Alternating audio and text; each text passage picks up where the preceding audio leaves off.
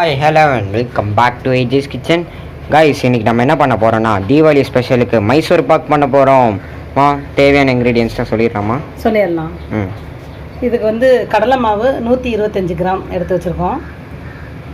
500 gram சர்க்கரை, 200 ml refined oil, 150 ml நெய். ஓகேம்மா, ஸ்டார்ட் பண்ணலாமா? பண்ணலாம்.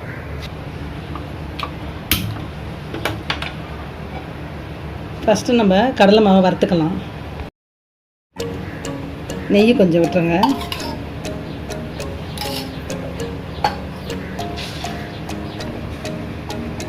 நெய் கொஞ்சம் ஊற்றிட்டு இந்த கடலை மாவை அதில் வறுத்துக்கலாம்.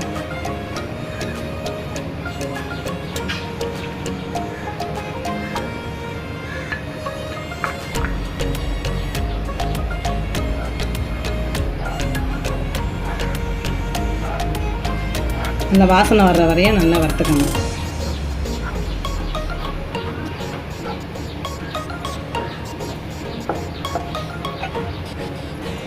இது வெறும் நெய்யிலையும் பண்ணலாம். இது வந்து வீட்டிலே உருக்கிற நெய், ரொம்ப வாசனையாக இருக்கும், திகட்டும். அதனால தான் எண்ணெய் கொஞ்சம் கலந்துக்கிறேன். நீங்கள் கடையில் வாங்குகிற நெய்யாக இருந்தால் அப்படியே நெய் மட்டும் போட்டுக்கோங்க. 350 கிராம் நெய்யவே எடுத்துக்கோங்க. அப்படியே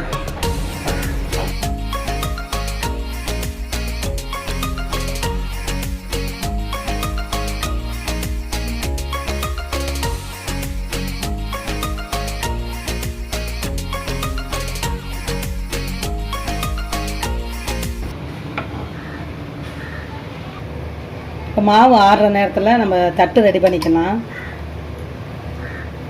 ஒரு ட்ரேயில் நெய் விட்டுருங்க. விட்டு நல்லா தடவி வச்சுக்கோங்க. நம்ம மைசூர் பாக்கு கிண்ட ஆரம்பிச்சிட்டோம்னா அப்புறம் இதெல்லாம் பண்ணுறதுக்கு டைம் இருக்காது. அது டக்குன்னு கிண்டி ஊற்றணும்.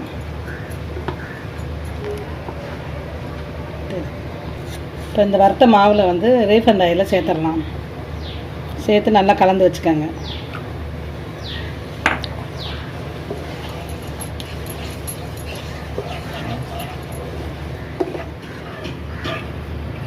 இந்த மாதிரி கலந்து வச்சுக்கலாம். எண்ணெய் ஊற்றி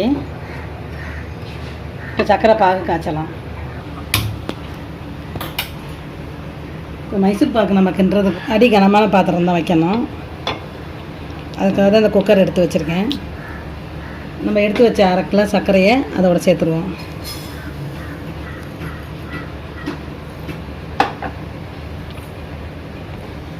தண்ணி ஊற்றிடுவோம். சர்க்கரை முழுகிற அளவு தண்ணி ஊற்றணும். ஒரு 200 ml தண்ணி ஊற்றிருக்கேன், அதே போதும். சர்க்கரை அப்படியே காயட்டும். நம்ம நெய்யை அடுப்பில் வச்சுக்கலாம். ஒரு பாத்திரத்தில் மீதி இருக்கிற எண்ணெயை சேர்த்துருங்க. நம்ம எடுத்து வச்சுருக்க நெய்யும் சேர்த்துருங்க.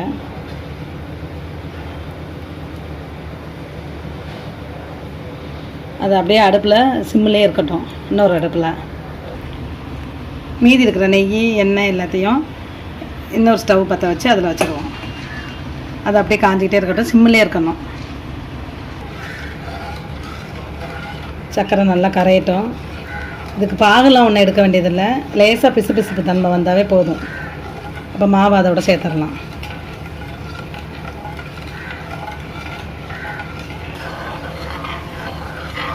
சர்க்கரை நல்லா கொதிக்குது. இந்த பிசு பிசுப்பு வந்தோடனே நம்ம மாவை சேர்த்துடலாம்.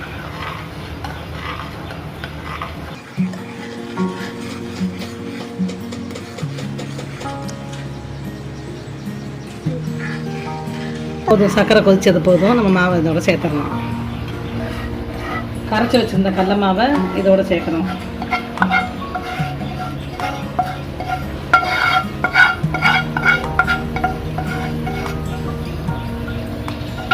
கடலை மாவு சேர்த்துட்டு கை விடாமல் கிண்டணும்.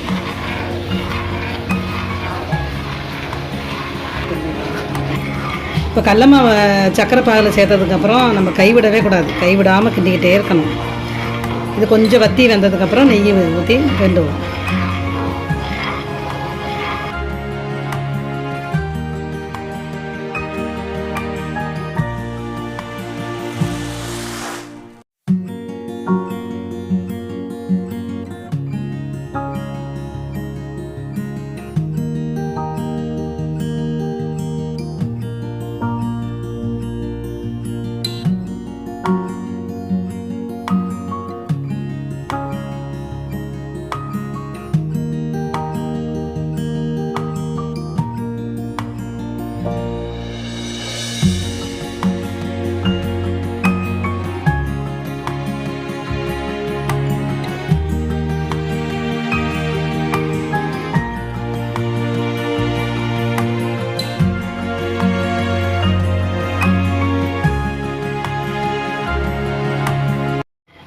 இப்போ எல்லா நெய்யும் அதோட சேர்த்துடலாம்.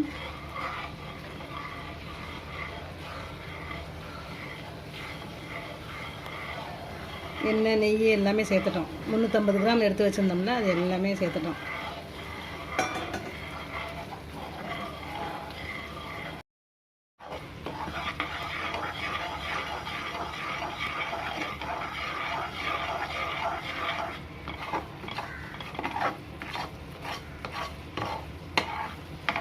இந்த ஓரம்லாம் செவந்து வருது பாருங்கள். அதுதான் பக்குவம், கரெக்டான பக்குவம் வருது.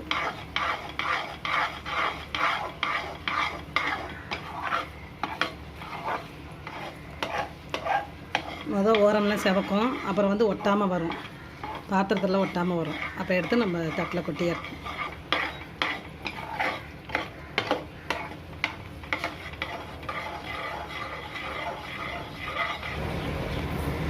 இந்த இப்படி பொங்கி வருது பாருங்கள், இதுதான் பக்குவம். இப்போ எடுத்து நம்ம மாற்றிடலாம் தட்டுக்கு.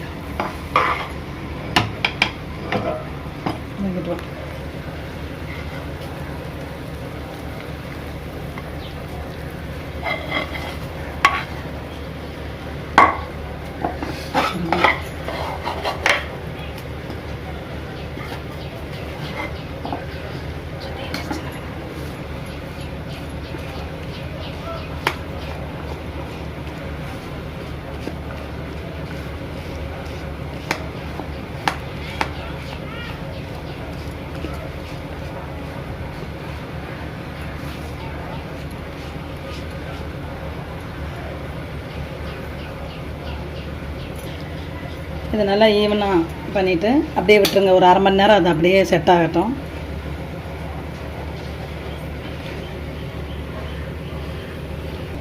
கொஞ்சம் சூடு இருக்கும்போது அந்த கீத்து போட்டு வச்சுக்கோங்க, கீறி வச்சுக்கோங்க லைட்டாக.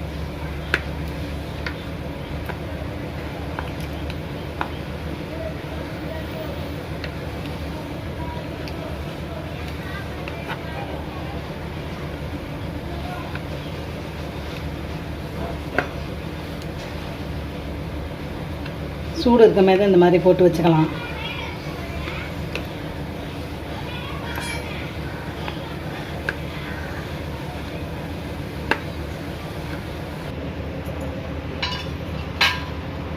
இப்போ மைசூர் பாக்கு நல்லா ஆறிடுச்சு. நம்ம பீஸ் போட்டு வச்சுருந்தோம்ல, அதவே சரி பண்ணிக்கலாம். அது மேலேயே ஒரு கீரல் போட்டு அப்படியே தட்டில் மாற்றிடுவோம்.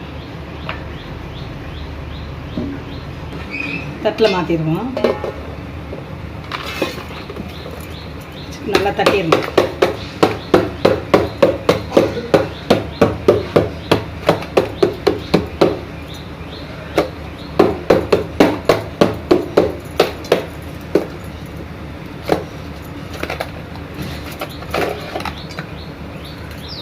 அழகாக வந்துடுச்சு பீஸு.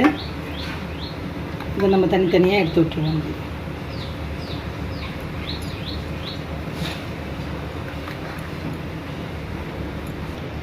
இப்போ மைசூர் பாக்கு சூப்பராக வந்துருச்சு. இங்கே பாருங்கள்.